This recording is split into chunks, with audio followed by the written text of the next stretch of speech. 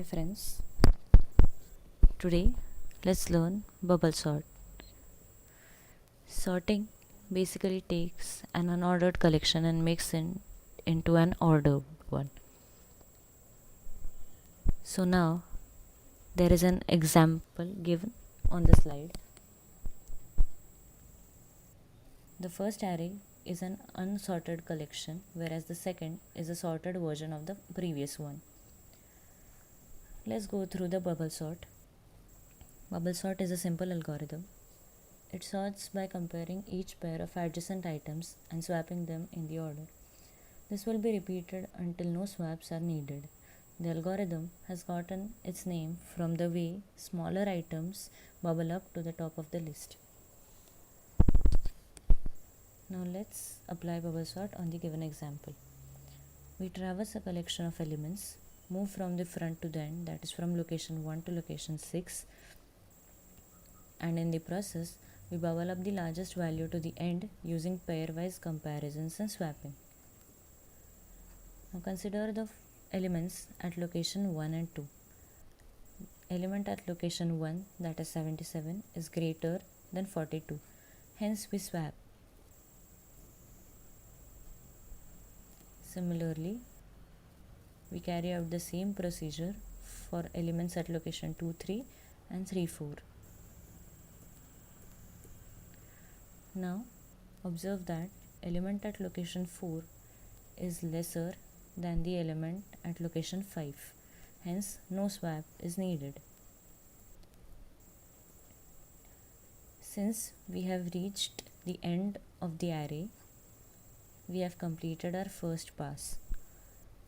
So at the end of the first pass, the highest element is stored at its correct location or is placed at its correct location.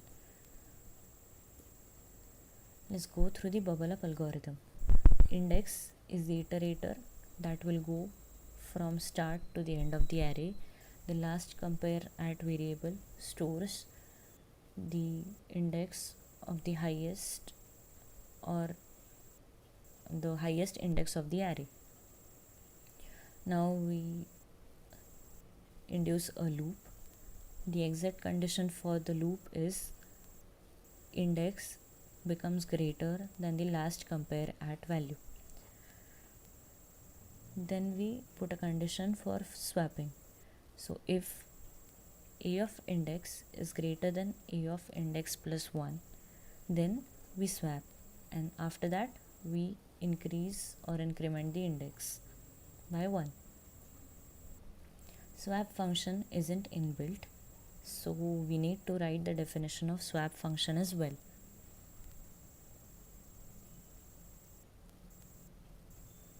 Now after the first pass, only the highest element is placed at its correct location, but in order to sort the rest of the elements and place them in their correct locations, we need to repeat this procedure.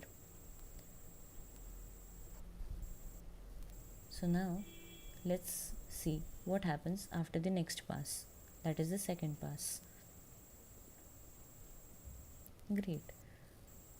We have the second highest element from the entire array placed at its correct location. So now we can conclude that after every pass, the next highest element is placed at its location. So now after the third pass, the third highest element, that is 42, will be placed at location 4. Similarly, for pass 4, the element 35 will be placed at location 3, and for the last pass, element 12 will be placed at location 2.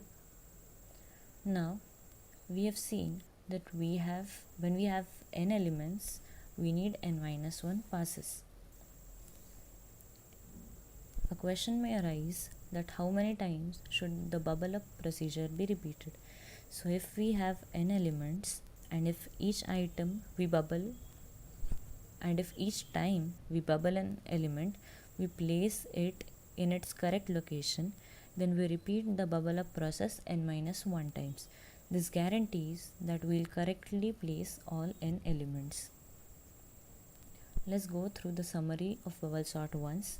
The bubble up algorithm will move largest value to its correct location, that is to the right, if the order is ascending. Repeat the bubble up until all elements are correctly placed, that is for a maximum of n-1 times. Now let's concentrate on the efficiency of bubble sort algorithm. Bubble sort is not that much efficient when a list is having more than a few elements. Among simple sorting algorithms, algorithms like insertion sort are usually considered as more efficient. Bubble sort is little slower compared to other sorting techniques, but it is easy because it deals with only 2 elements at a time. Practice it once. Thank you guys.